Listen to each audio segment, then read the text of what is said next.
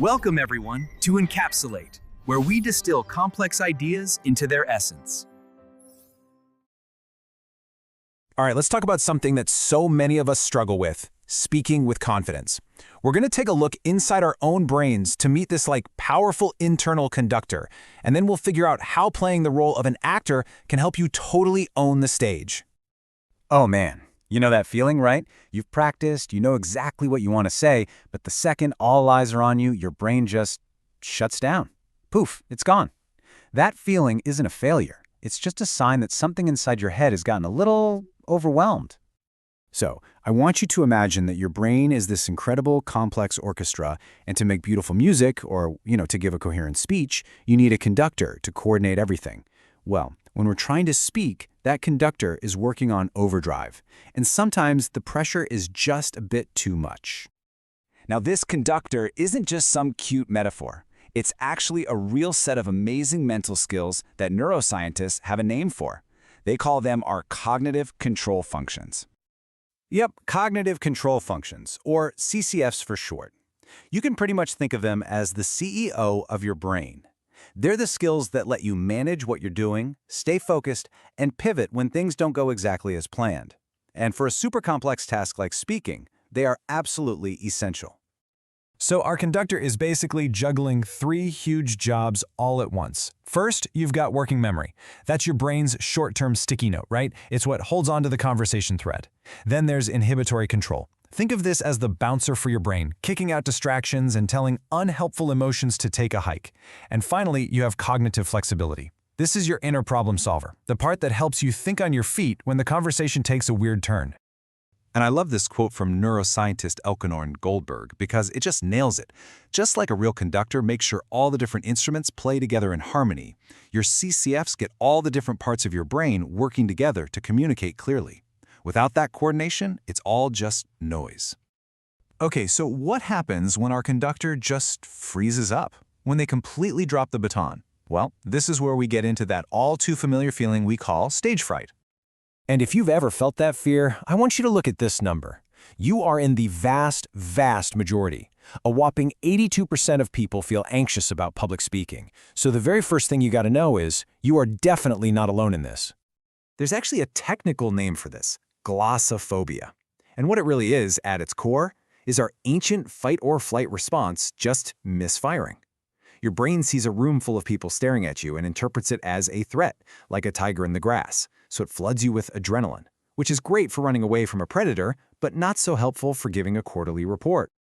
And when that happens, the whole orchestra just descends into chaos.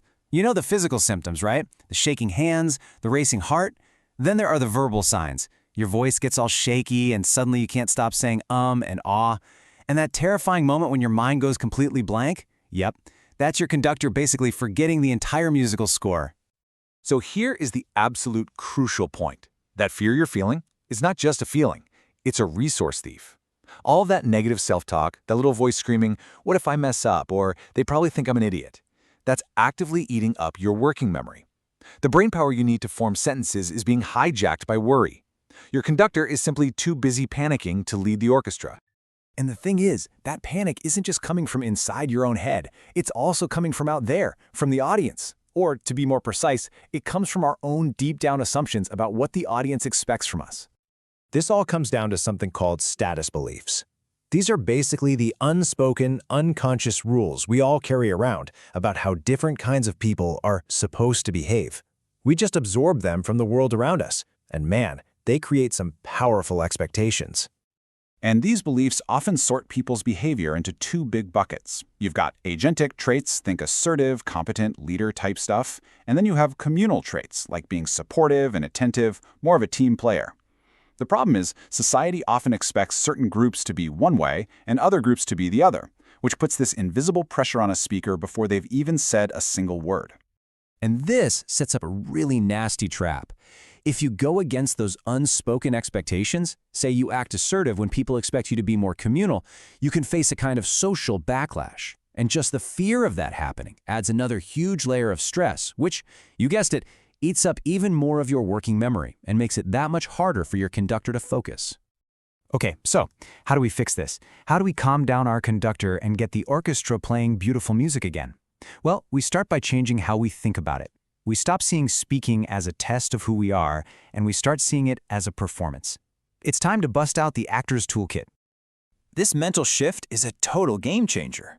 Seriously, an actor's job isn't to be the character, it's to play the character.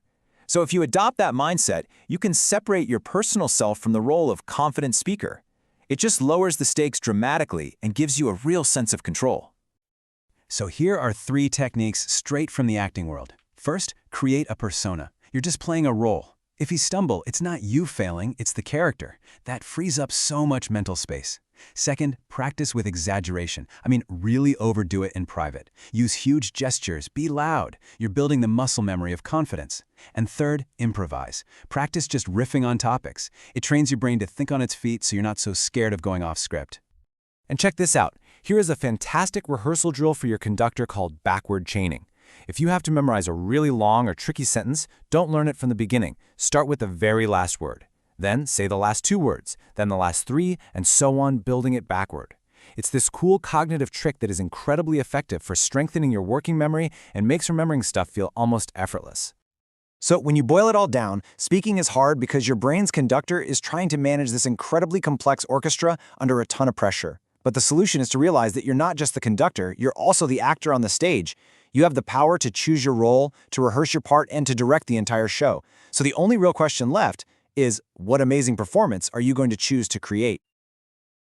If you like the content, please subscribe and let's encapsulate everything.